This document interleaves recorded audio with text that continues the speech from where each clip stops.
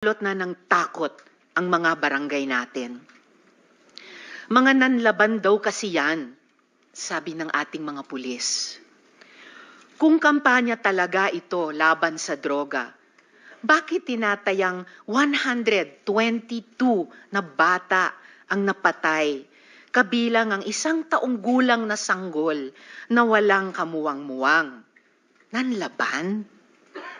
Yung 32 na namatay sa Bulacan sa loob ng iisang gabi noong 2017, lahat ba yun nanlaban? Talaga? Yung 26 kataong patay sa isang gabi rin noong 2017 sa Maynila naman, nanlaban. Para sa maraming biktima, hindi madali ang manindigan para sa kanilang mga karapatan. Kaya sa kasagsagan ng war on drugs noong 2017, hinawakan ng aking opisina ang kaso ni Kian de los Santos at kinupkup namin ang mga testigo sa kanyang pagpatay, kasama ang mga menor de edad. Nawa, sa pamamagitan ng hearing na ito, masimula ng pagkamit ng hustisya at paghihilom para sa kanila at sa iba pang biktima. At sa lahat ng nagsasabi na ang war on drugs ay parusa daw para sa mga naliligaw ang landas, my message to you is this: there is no honor in punishment like tokhang. It should not be an honor to be called the Punisher when thousands of innocent people, including babies, have died in your name. Hindi kailanman ipagmamalaki ng mga Pilipino ang war on drugs na yan. Daghang salamat, Mr. Chair. Shaitanirrajim, Bismillahirrahmanirrahim. Alhamdulillah Rabbil Alamin. Bismillahi wassalatu wassalamu Allah Rasulillahi. Assalamualaikum warahmatullahi wabarakatuh.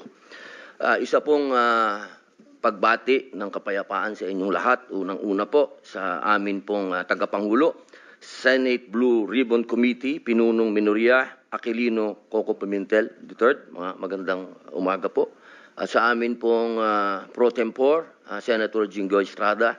Sa amin pong Majority Leader, Francis Tol Tolentino, Sir. At sa amin pong Deputy Minority Floor Leader, Senator Risa Hontiveros. At siyempre po sa amin pong pinakamatigas na Senador, Senator Bato de la Rosa. At sa amin pong malasakit King, Senator Go. At sa lahat po ng mga bisita, at siyempre po sa Iron Man, ang hinahangaan po naming pinakamagaling na Pangulo ng Pilipinas, PRRD, Digong, Mayor, isang magandang umaga po sa inyong lahat. Ako po ay nakikinig sa mga opening statement ng aking mga kasama. Sila po ay mga batikan na senador, mga abogado, mga kilala na po na nagbibigay ng point of view sa legal na usapin. Ang akin pong pahayag ay naratibo ng isang convicted criminal. Ako po ay convicted, ako po ay nakulong. Ako po ay nabuhay kasama ang mga kriminal sa Bilibid.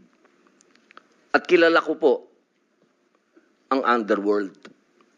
Siguro po, maaring sa ibang bagay, mas maraming nalalaman ang aking mga kasamang senador, pero pag pinag-usapan po natin ang mga kriminal dito sa bayan natin, ako po ang magsasabi sa inyo, napakadami na pong kriminal sa atin na walang puso, ang mga halang ang kaluluwa. Napag-usapan po natin ang mga biktima ng sinasabing war on drugs, pero hindi po natin napag-usapan ang mga biktima ng mga durugista. Kung paano pinapatay ang kanilang mga anak, pinapatay ang kanilang mga asawa, pinapatay ang kanilang kapitbahay. Kung paano sinira ng droga ang mga buhay ng mga pamilya ng OFW.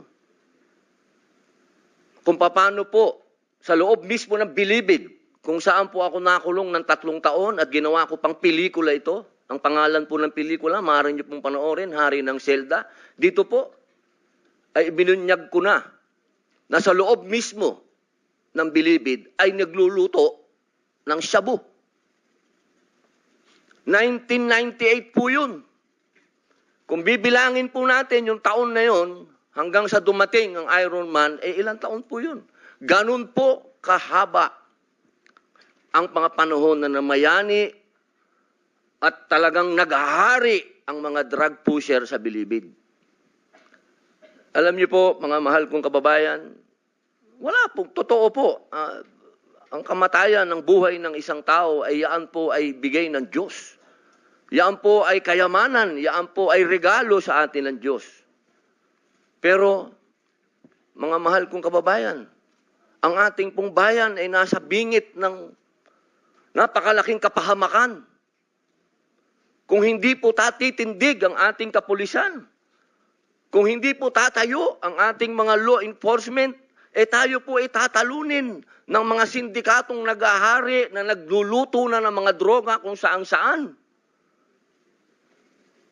Mga mahal kong kababayan, ang datos po ang magsasabi na nung sa panahon ni Pangulong Rodrigo Roa Duterte, masasabi ko na po na natakot ang mga kriminal. Wala pa po siyang ginagawa. Doon lang sa commercial niya na last Christmas yun na to, natakot na ho ang napakaraming kriminal. Natakot na ho ang napakaraming durugista, napakaraming pusher ang nag-surrender. Wala pong nangyayari. Sa salita lang po yun. Mga mahal kong kababayan, kung sisisi natin lahat ang mga namatay dito sa administrasyon ni Rodrigo Roa Duterte, abay nagkakamali po tayo. Alamin po natin kung ano ang drug underworld, kung ano ang mga drug syndicates. Ako na po ang nagsasabi sa inyo, regular na po ito tuwing magpapalit ang administrasyon, naglilinis ang mga sindikato. Magkakaroon talaga ng maraming mamamatay dahil naglilinis. Para pagpasok ng bagong administrasyon, yung kanilang mga alagang, mga kriminal, mga alagang, mga pusher, mga tapos na. Sana po, sa usapin na ito, maging realistic po tayo, mga mahal kong kababayan. Kung kailan ba natin na ibalik sa mga kababayan natin ang kalsada. Nung panahon na yon, nagiinuman sa tabi, nakahubad, ang mga babae hindi makapaglakad, hindi ka makapaglakad ng may cellphone ka, agawin ng cellphone mo, loob ng bahay mo, papasukin ka. Mga kababayan naman, huwag naman nating haluan ng politika ito. May mga bagay dito sa mundo na kailangan maging realidad tayo. Buong mundo, problema ang droga. Kung walang tatayo para lumaban dito, paano na ang kinabukasan ng mga anak natin? Paano na ang kinabukasan ng bayan natin? Kaya sana po ang inihiling ko sa lahat dito sa pagdinig nito, iwasan ng politika at tingnan po natin kung saan talaga tayo tutungo ang bayan natin. Mga kababayan, lubog na po tayo sa utang, lubog pa tayo sa tubig, pati ba naman sa ganito, lubog pa rin tayo. Yun lamang po, maraming salamat po.